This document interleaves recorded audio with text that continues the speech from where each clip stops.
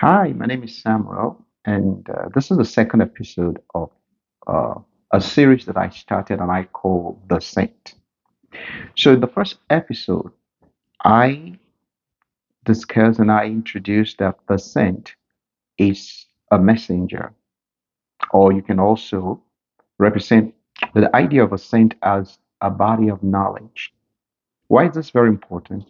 So, this message is to help enlighten people on the importance of the sent one. I want you to understand that nothing changes. Nothing changes until the right people and knowledge are established to set things in order. Nothing changes in people's life. Nothing changes in the society. Nothing changes among the nations until those right people and all the right knowledge is set in place to bring changes to the current situation. The journey of individuals, nation, organization, or generation depend on the sent one. Now, it's also proven that even in the professional world, in government, family settings, nothing is resolved until the sent one emerges. They are responsible for directing or triggering the knowledge necessary for various achievements in family, society, organizations, and nations. So the flight of the sent one, it's very critical we understand who is the sent one, or who are we sent to, or who is sent to us, because that is the key factor to experience change in life.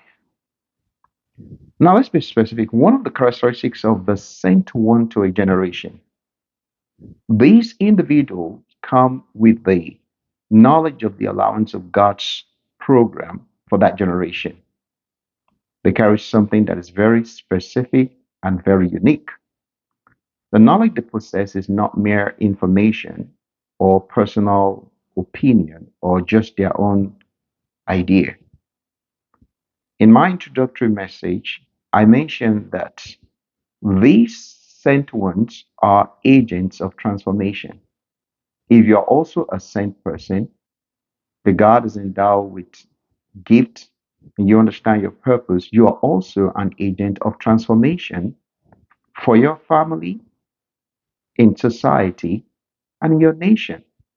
So, therefore, we must carefully understand what they offer whenever we discover those who are sent to us. There is something very disheartening. Many of us are not taking God seriously. We're not striving to know His will, and we're not striving to live for that will because we don't even know what they are. Our primary purpose here on earth is His will. That's the reason why God created us.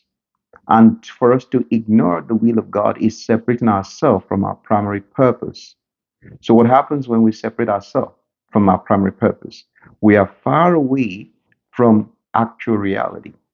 We cannot amount to be the person that God created us to be because we have already separated ourselves from the intents of God. Finding God's will is beyond fulfilling a religious sentiment or trying to just make ourselves feel better.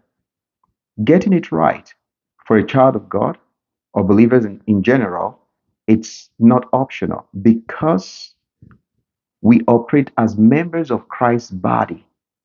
And as a member of Christ's body, we are interconnected. Our purpose is interconnected to the functionality of the rest of the body. Just like the eyes, the ear, the nose, and the fingers and everything are interconnected, interrelated to function as a body. So the fact that one part of the body is not discovering how they function, they're affecting the rest of the body. So your gift and purpose, my gift and purpose, is meant to serve the body, not just for myself. The finger is not meant to serve the finger. My toe is not meant to serve my toe. It's meant to serve the entire body. My eye is not just serving itself as the eye in the body. No, it's serving the entire body so that the body can be able to, see and move, and everything, every part of the body is coordinated together to bring the body into wholesome and to in the place of right functioning. I once received a warning, and in that warning, it says that many are kept in darkness because those whom the Lord sent to them did not accomplish their work. Many are kept in darkness because of those whom the Lord sent to them did not accomplish their work. The people are helpless without the anointing designated for their liberation. Yes, the anointing is an endowment of the Spirit to do certain things. So if God anointed you for a specific purpose, those whom you're supposed to serve will remain in the same situation until you show up. So those with such anointing have disappointed many in life. And the warning is make sure you and I we do not disappoint people. People are waiting to live their life to the fullest, but it's impossible because they do not have what it takes to turn their situation around. Their breakthrough dream is fading away because they don't have the power to create that change.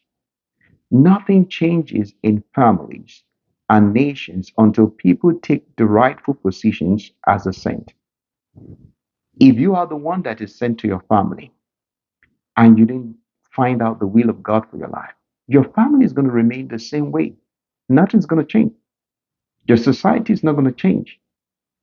Your nation is not going to change because you have a key. You carry the code to change and bring a shift to that very body, but you are not doing what God wants you to do. You are to occupy the position of the sent one. But since you've not discovered yourself, a lot of people are just going to be helpless. Now, I want to let's pay close attention to our lives and ensure that we understand our roles in life. Know if you're sent to bring solutions and trigger change in your family, your society, or generation. If that's the case for you, I want you to be very assured that many life depends on your obedience for survival. I want you to keep seeking the will of God. If you are sent, a lot of people will be helpless without you showing up. And I want you to stay blessed and have a great time. Thank you.